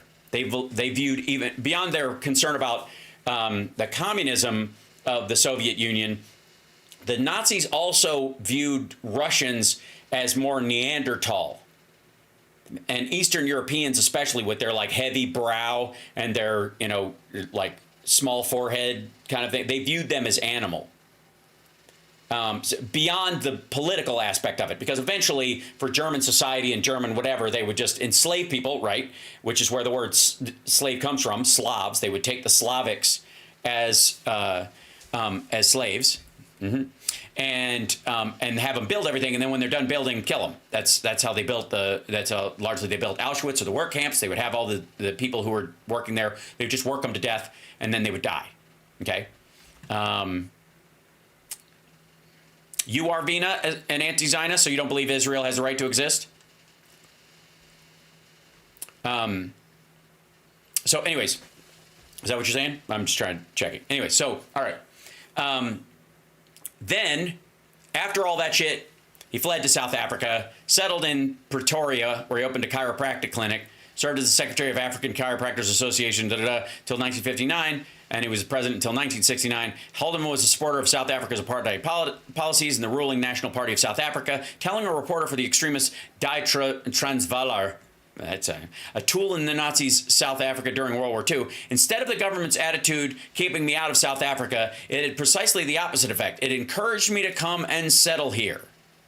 In 1951, he wrote an article about South Africa for the Saskatchewan newspaper in Canada, the Regina Leader Post, defending apartheid and writing of black South Africans. This is Elon Musk's grandfather, kids. The natives are very primitive and must not be taken seriously. Some are quite clever in a routine job, but the best of them cannot assume responsibility and will abuse authority. The present government of South Africa knows how to handle the native question. Now, I said this before, like I mentioned this earlier, and this is why I wrote this today on my Blue Sky account, was that you notice the use of the phrase there, the native question. How to handle the native question. Nazis often talked about the Jewish question. How is one to deal with the Jewish question, right? You have to understand, when Tucker Carlson and his ilk say, I'm just asking questions, that's not about their editorial style or what they're doing. That is a nod to these questions, the native question, the Jewish question. It is a wink at those people that support that idea. I'm not afraid to ask the Jewish question. I'm not afraid to ask the native question. How do we deal with these people and get rid of them? That's what that phrase means. Nobody ever does a news story where they're just asking questions. That phrase has more meaning than just, a defensive remark trying to distance yourself from your obvious opinions. Whenever you see somebody go genuinely, like, as I jokingly do it sometimes, I'm just asking questions to fuck with them back. But anybody who sells that bullshit, I'm just asking questions. That is not a defense of their rhetorical structure while they're interviewing people or doing a show. It is a nod to the native question, the Palestinian question, sure, the Jewish question, the Middle Eastern question, the Islamic question. That's what they're saying. They are winking and nodding to the people who think these people just got to go. And they're saying, I'm on the team. I'm not afraid to sit at the table and help you come up with an answer by asking the really uncomfortable question. Right? American Palestinians. Why don't we see you protesting Trump like you're protesting Kamala? That's because they weren't American Palestinians. Those were Arabs who want to get rid of the Palestinians as much as anybody else. Also, Palestine is an area. It's not a country. We view people as Palestinians, but the rest of the world does not. They are simply Arabs.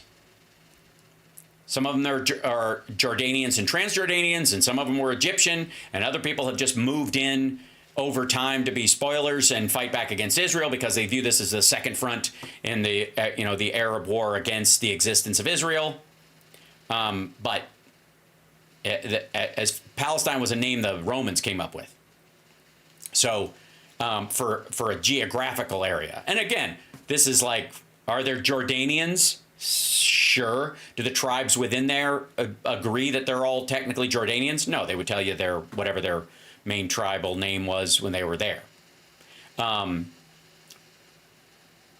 Protocols is an anti-Zionist Russian Romanov propaganda. Yeah, well, it's anti-Jewish. It's an anti-Semitic. The idea is to undermine their existence or scatter them across the earth, because if you allow them to get together, they'll destroy everything. That's the essence of the Protocols of Elders of Zion. That's the lesson to be taken from it, right? Weeks after the Sharpeville massacre in 1960, Haldeman self-published The International Conspiracy to Establish a World Dictatorship and the Menace to South Africa, a 42-page response to the massacre. The United Nations passed Resolution 134, the body's first official condemnation of apartheid and the beginning of decades of diplomatic isolation. Later, Haldeman self-published a second book alleging international conspiracies. The International Conspiracy in Health targeted fluoridation, vaccinations, and health insurance.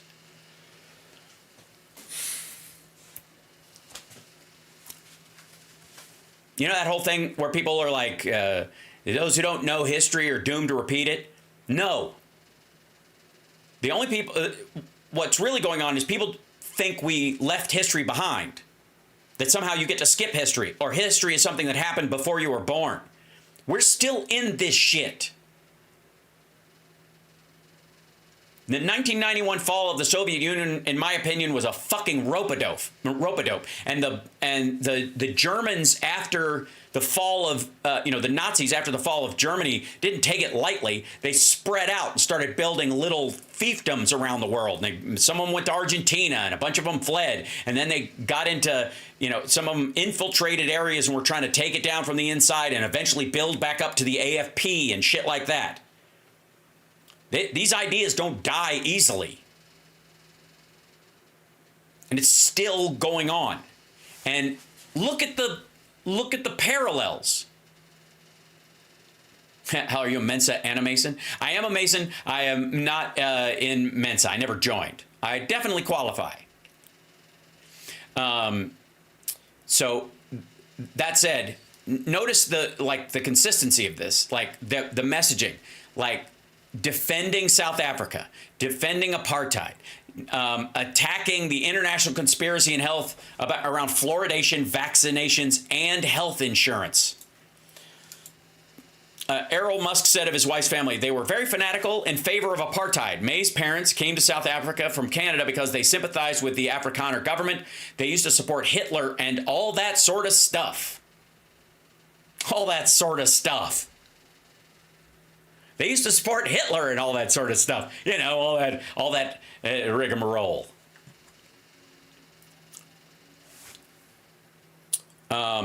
This is May Musk. May Musk has more of a say in Elon's upbringing than anybody else. How's a 23rd degree Freemason? There you go. I am a 32nd degree Mason.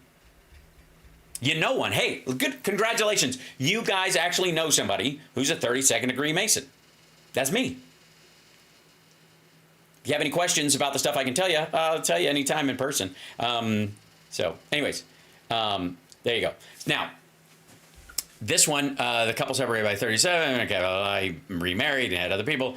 Point being is that this asshole, the parallels to what is exactly happening in terms of Elon Musk and how he views the future It's all there. It's all there.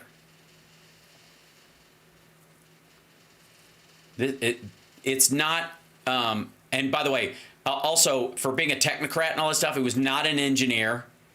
He was a chiropractor and arguably a quack. What's the secret handshake? It wouldn't be a secret if I told you, Mad Mac. Your brother's 32nd, proud of him. Nice, Judy. Tell him I said hello. So yeah, this, I just wanted to introduce you guys to sort of the root of this belief system. And Musk brags about his dad. Okay? So his grandfather rather, and his mother, who, and May was one of his 5 children. This is crucial to this conversation. This technocracy idea, and I don't know if somebody's taken over the Technocracy Inc. They're still building their website. Apparently, there's not a lot going on there. About technocracy. Theorized concepts proviso. The Hubbard Investigate. Online membership application. The monad. What's the monad? That's more okay. Oh, that's the symbol. Oh, they call it the monad because it's not less nad, I guess. It's a picture of the technocrats' nads right there. What does technocracy's monad symbolize? It symbolizes the balance between humans and the environment. Technocracy was the first organization to begin talking about sustainability before the sustainability or going green were even coined. This balance symbol also refers to the correct balance between production and consumption. We don't need to buy to, thank you, Backstreet Boys, to save the economy. We need to have a correct balance of production and consumption that is more efficient and is least damaging or even better, helpful to the environment. Sounds very positive. They have online meetings. Fantastic. Look at that. Hello, friend. You don't have a face either. Last one was in 2021 at 4 o'clock on April 27th. And then since then, they've been underground, I guess. Okay. And here's the Zoom codes for it. I guess we could jump right in there. It's on GoToMeeting. There's the access code. These guys are definitely technocrats. My God, man. Have you ever thought of being a hacker? With this kind of security, this guy, the secretary at technocracy.org, probably works for Doge right now.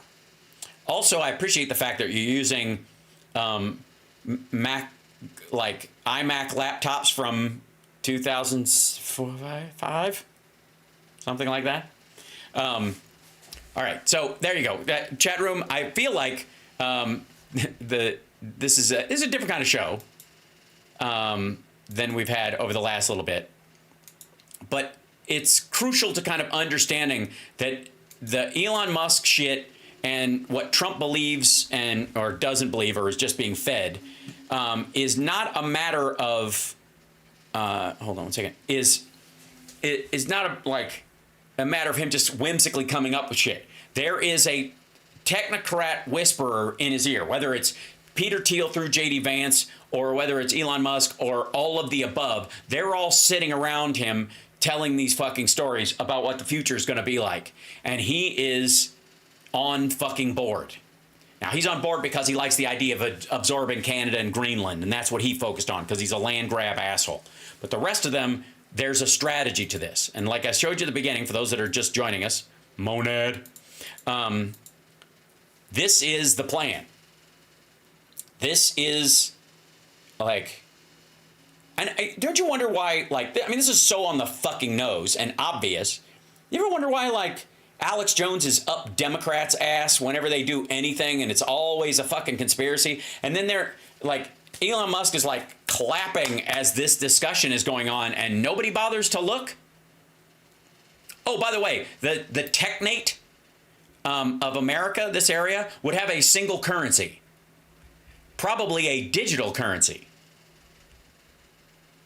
Right? Okay. This is the what is the waterway organization of getting water from Alaska through Canada into the United States for production on the East Coast and elsewhere.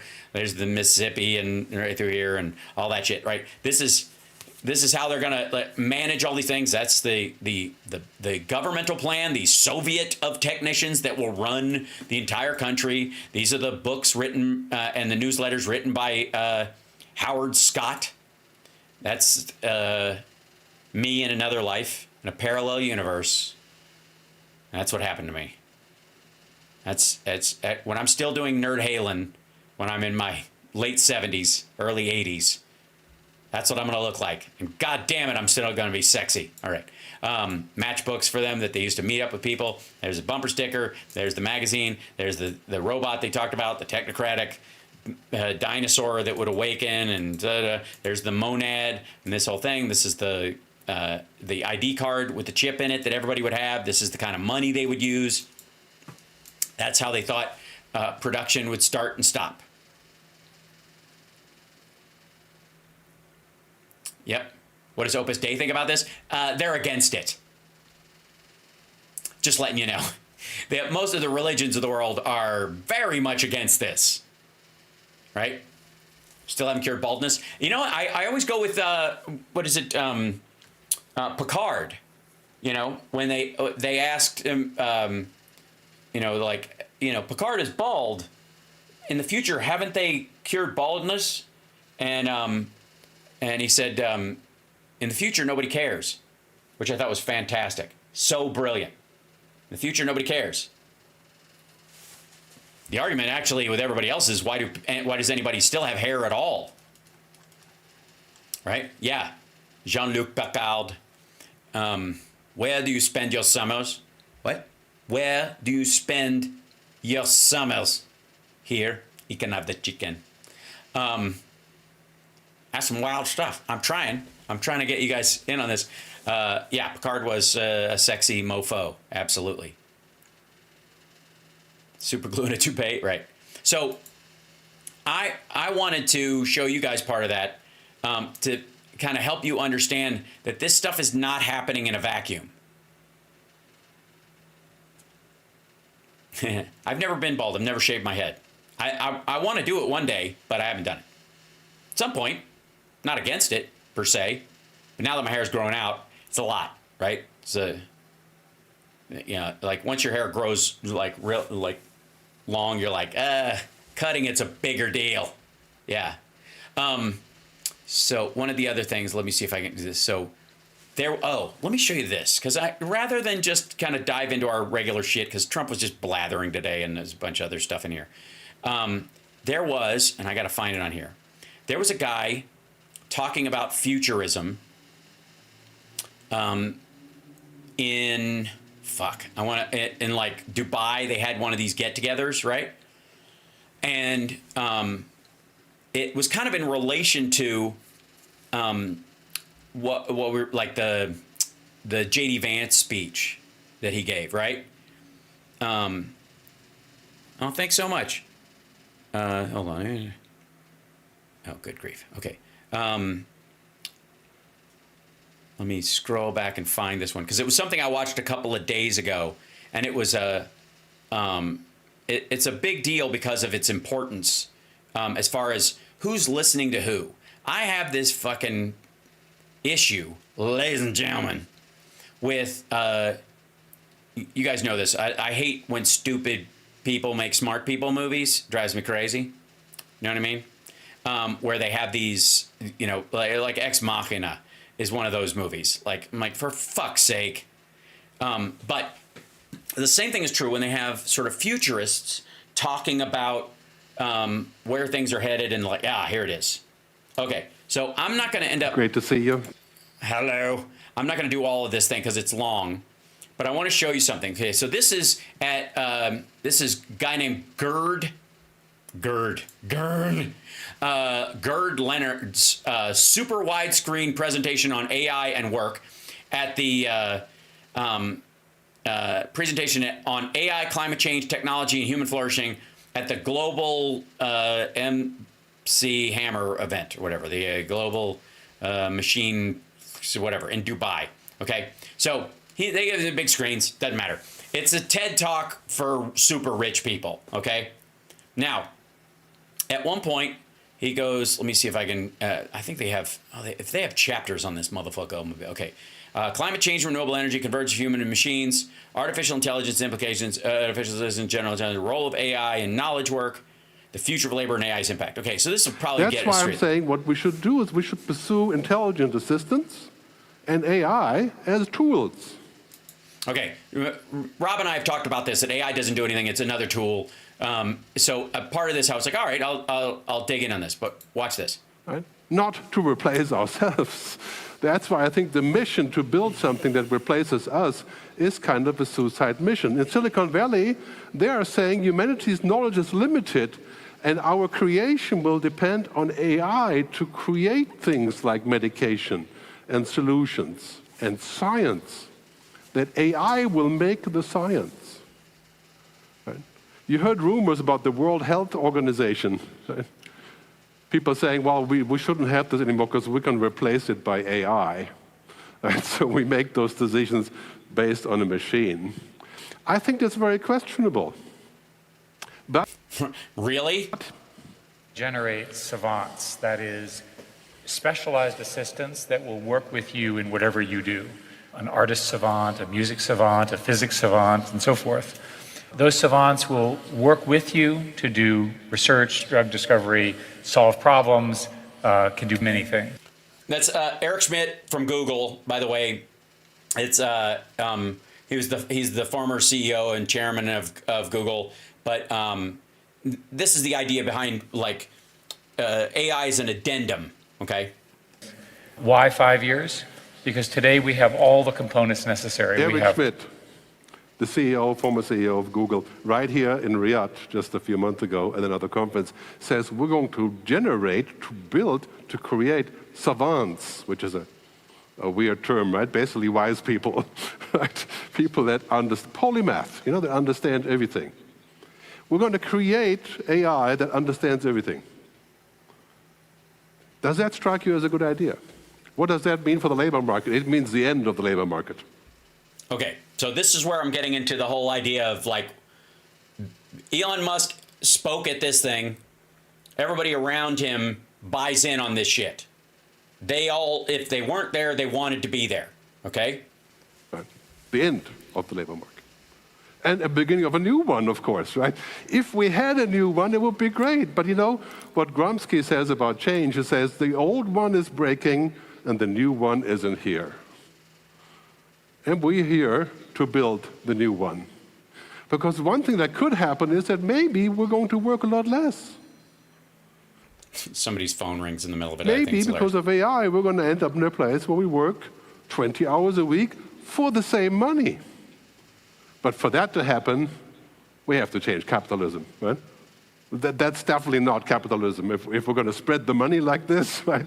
That is a completely different cup of tea.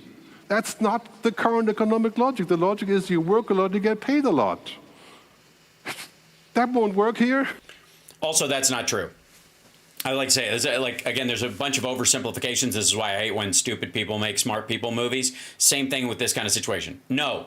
As a matter of fact, if you go by hours worked of a CEO, it isn't about how hard the work is. It's about their attention span to the job 24/7 or something like that, or being president or something like that in theory. Whereas there is a ROI on how hard you work versus how much you get paid, right? Everybody knows this, that there's only so much that you can give to a job while you get from that job. Period. So the idea of like if you could stay up all the time and you didn't sleep and you just kept doing this one particular job, unless everybody else does it, unless every other aspect of it is automated or exists on an entirely different productive schedule, wouldn't fucking matter. Right? You just stack boxes and they'd have to sit there and wait for somebody to come and clear them. So like again, especially when it comes to like intellectual work, because the stopping and thinking part is the value of humans, right? Right. We have to think about how we can change that and what the alternatives are. As we're going into this future, which is our future, we're going to have power tools.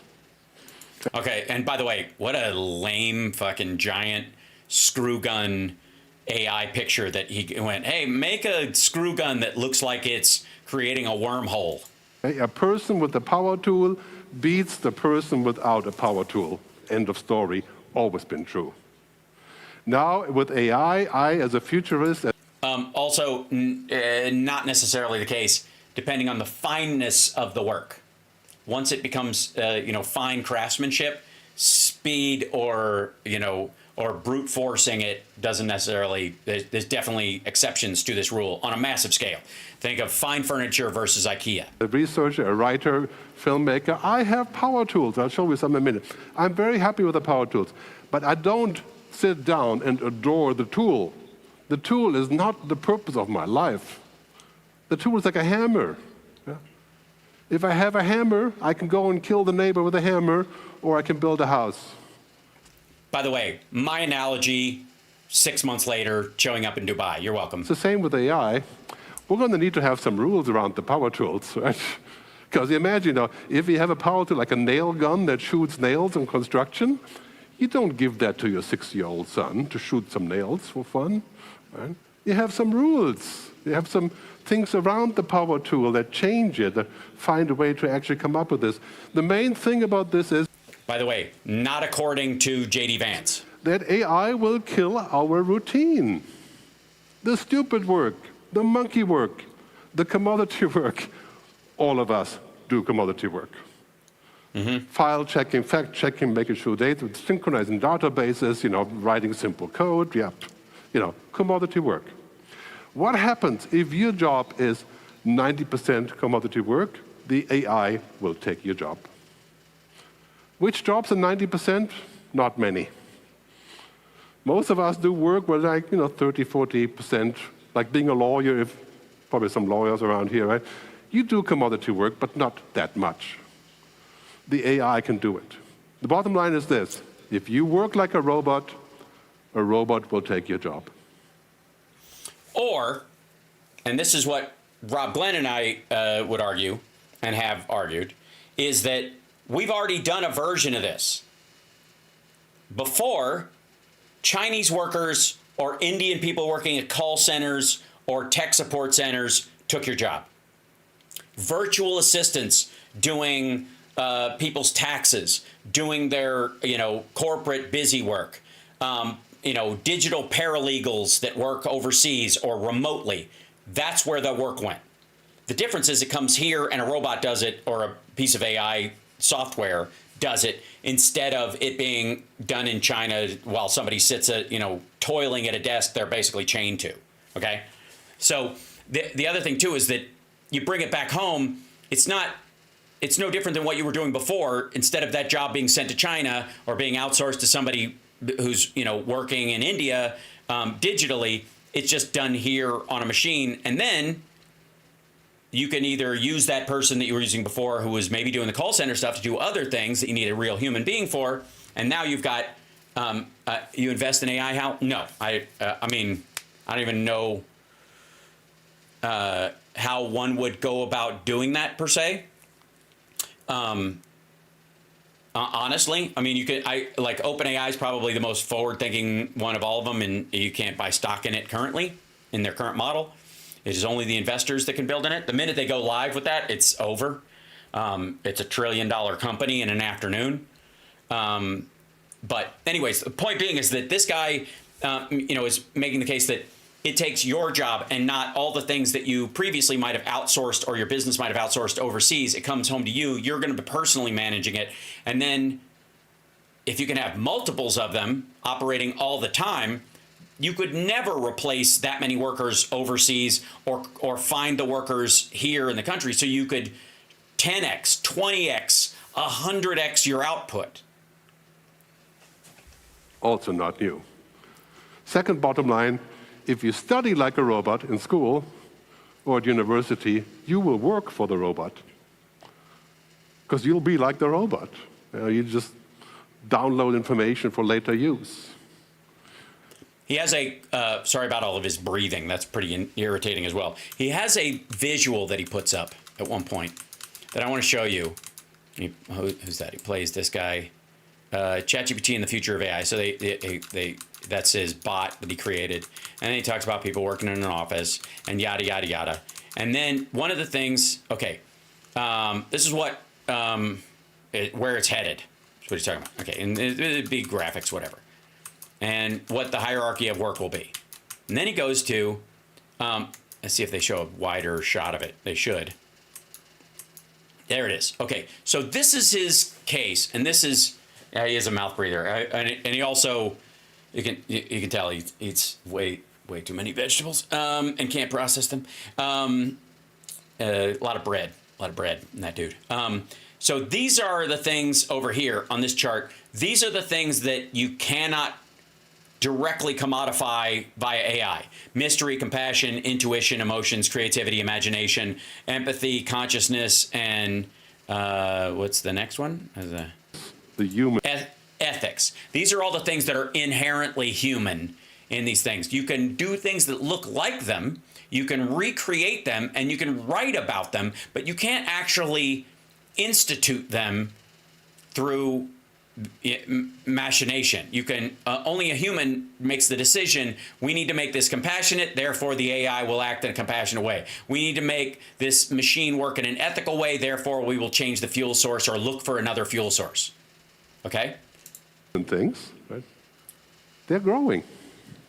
And on the other side, that's why it's better if my son or my kids in general could learn how to program. That's always good, but they can also build a sandcastle. Or have a fight, right, and negotiate. I mean, this is the important thing about. So this is about, his point is that kids end up needing to be more like kids again, instead of on this kind of intellectual track towards being in a techno future, right? Okay, so on the other side of this, he puts purpose. This is the hierarchy of human worth: purpose, wisdom, understanding, tacit knowledge, deeper knowledge, and intellectual knowledge in this part of it. Wisdom being the highest point of humanity because it is something robots are incapable of doing, because they are just repeating what they've done. They can't actually genuinely contemplate. I have kids. I have a son. He has kids, I think. Being human, emotional. This guy's, Gerd Leonard is a futurist. The important thing, though, is that where he is and who he's talking to. They take him seriously within limits. I have my issues with what he's saying, but you can see the seeds of these kind of things aligning all around. Imagination, creativity, design, all of those things. Because we're moving in a future where knowledge work, explicit knowledge, is done by machines. Explicit means hard-coded rules, objective, logical, codified.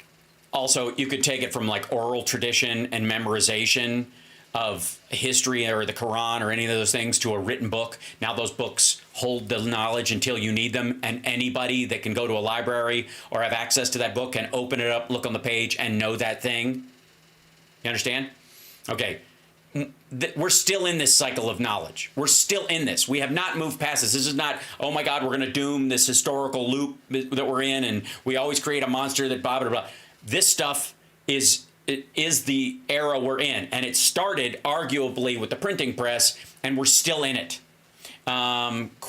Question was, can AI innovate? Depends on your definition of innovate. If you mean create things that don't currently exist, not on its own. You can ask it to, and in which case it does the calculations, but it's the human being that is seeking to innovate that makes it look for that in the first place. So that's like saying, can a marble roll? Yeah, if you flick it. But it won't roll on its own. Or if gravity changes, it will do that. Or if if the ground tilts. But a marble won't roll on its own. It is capable of rolling, but it will not have the impetus to do that. And innovation is an impetus-based concept. And it matters, again. Lead paint, toys, furniture, woodwork, paint chips, yummy, right. Intelligence is learning from your own mistakes. Wisdom is learning from the mistakes of others. I would argue the opposite. Intelligence is learning from the mistakes of others because it's an abstract. Wisdom is learning from your own mistakes because it's deeper and more abiding. And often the mistake, Groove Dragon, that you would learn in that circumstance is that you should have learned it from watching other people screw up and you didn't. And that's why you became wise. Does that make sense? So the point is, this guy's talking about the end of knowledge work. and the end of sort of what is governmental work. So let's talk about what Doge is for a second, and then I'll let you guys go because we're over time. And I appreciate you guys putting up with me on this episode of the show. It's a little different than what I normally do, but since Trump is just fucking spinning his wheels and none of his stuff it's like he's juggling chainsaws and nothing has come down yet. Not really. We will just pay attention as they come, so we know. So we're actually fighting what actually happens in front of us. But the automation, most of what government does, most of the activity of the government is knowledge work, and it is repetitive. It is the same thing over and over again. Think of DMV processing of licenses. It's the think of processing Medicare, Medicaid claims and the like. Does that make sense? So eventually, that work will be done either by an AI or an AI overseen by a human being, more than likely in government. In businesses, it won't, or outsourced to a company that does it through AI. And then the substructure of that company will assure the voter and the government that's paying it that they are, keeping a watchful eye. But a good portion of the government can be automated. And even currently with the AI tools we have available, a lot of it can be done via AI, which means the cost of doing it goes right into the toilet. Like it goes right down the drain. There's no, the arc to zero as far as output costs when you don't have to hire somebody and you don't have to pay a pension or all those kind of things on governmental work. You're saving a ton of money for the taxpayer. You might even have better outcomes. But this is sort of crucially, it's different than, let's say, a company where you might talk about like, well, the person I'm working with should have a bedside manner or somebody to relate to. A human being, a human touch. That I want a live pilot and a live flight attendant because the robots won't give a shit if the plane goes down, right? Whereas I feel like if there's a human being in the cockpit, that person really is as invested in this plane getting where it's going as I am. Okay? Corporations and businesses will have a reason to do that. Governments ultimately will have next to none. And so the paring down of these things is going to happen. The problem is, the challenge in this circumstance is, I don't have a problem with any of that. That's just the way things are. Nobody's bitching about all the jobs that were lost because forklifts took away the jobs of big, strong guys at the fucking dock, right? Nobody cares. Those guys moved on to do other things. Less backbreaking work as well, right? Nobody minds that part of it. But there are certain things you're going to want that require personal judgment. Those people will have to be there. That's where, like, representative government, the people running this and overseeing this, the human in the loop is going to matter more and more and more. But the material work part of it is going to fucking evaporate. And faster than people even recognize. The problem I have with Elon Musk and Doge and all those guys isn't the theoretical thing that they're going to do or they're talking about doing, because, again, Clinton and Gore passed a bill, the RIGO Act in the 90s, to do the exact same fucking thing. What I care about is I'm enough of a hacker. I know how easy it would be to infiltrate the CIA or everybody's social security information or their fucking bank information if nobody's watching the fucking machines and I'm allowed in the door. CIA is really hard to break into, but once you're in there, you can go anywhere you want, kind of, because you've already passed the trust wall.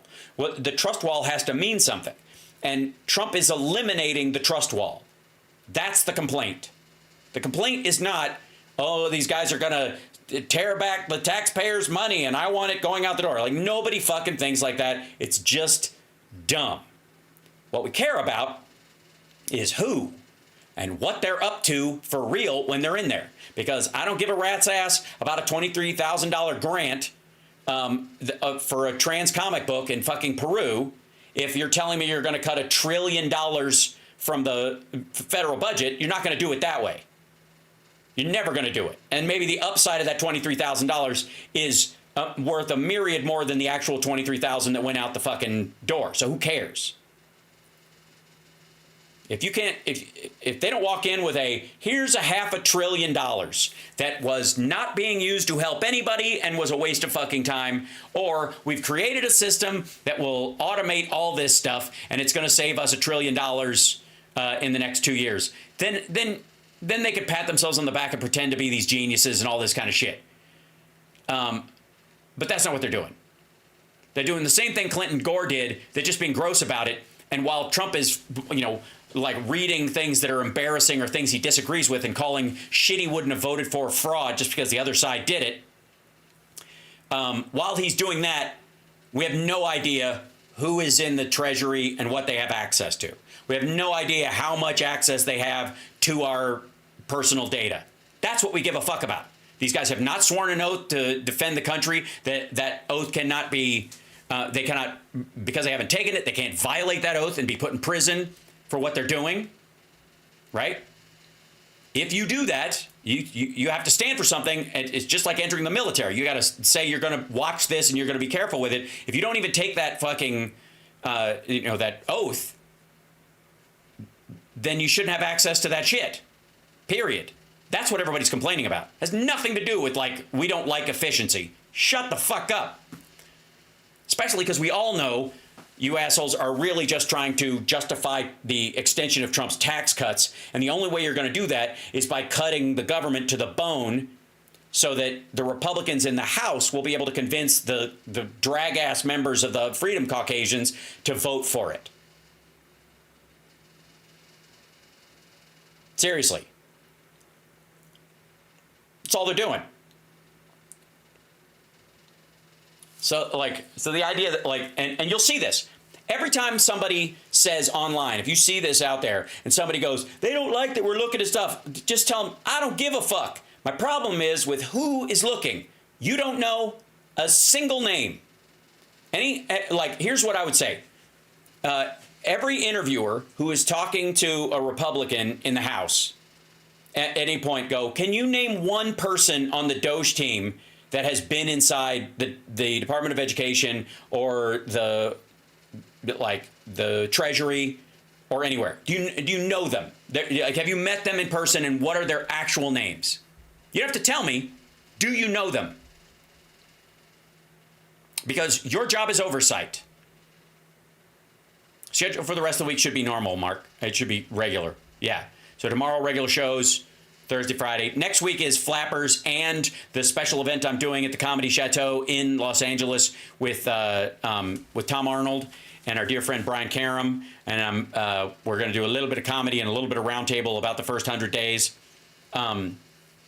So if you're in town, 2 nights of comedy, one very political.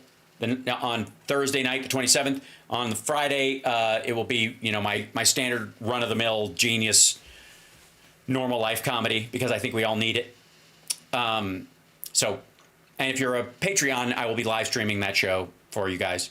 And I'm going to try and do either 2 shows in March or April to make up for the one we didn't have in January for you guys because of the fires. We weren't able to do a show.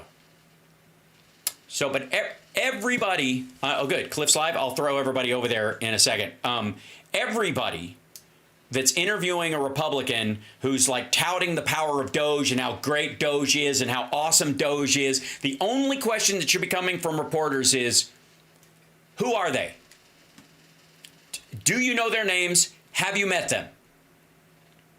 Have they taken an oath to defend the country against all enemies, foreign and domestic? Or is he just letting guys from a lobbying group inside to, the trust wall to look at America's secrets? And why in the ever-loving shit would you be okay with that if you can't name a single one of them? Oh, Cliff's a rerun? Okay. He aired it earlier. I should probably do some reruns now and again. Maybe this is an evergreen show. But at the very least, I will continue to, on my Substack and on here, I'm going to try and help craft the message for how people should address these folks. And I hate in these interviews where we're seeing people kind of normalize Trump and ask him questions and then not follow up. Like every reporter talking to Trump should go, you say that Russia wouldn't have invaded Ukraine if you were president. Well, then why won't they leave now that you are? What would you have said that would have kept them out, and would saying that now make them leave? Why not? Why not? See what I mean? I really got to get my press credentials. Because at some point, it's like, I just don't see them asking those questions, and it drives me a bit crazy. So I will see you guys tomorrow. Take care of yourselves and take care of somebody else. And thanks for tolerating my silly show tonight. But I hope you learned a little bit about the reality of Elon Musk's upbringing and what he actually believes, and that the Technant of North America is a real thing. The Technate is something they really believe should exist. The Greenland, Canada thing, not an accident. Under orders from Elon Musk. See you guys tomorrow.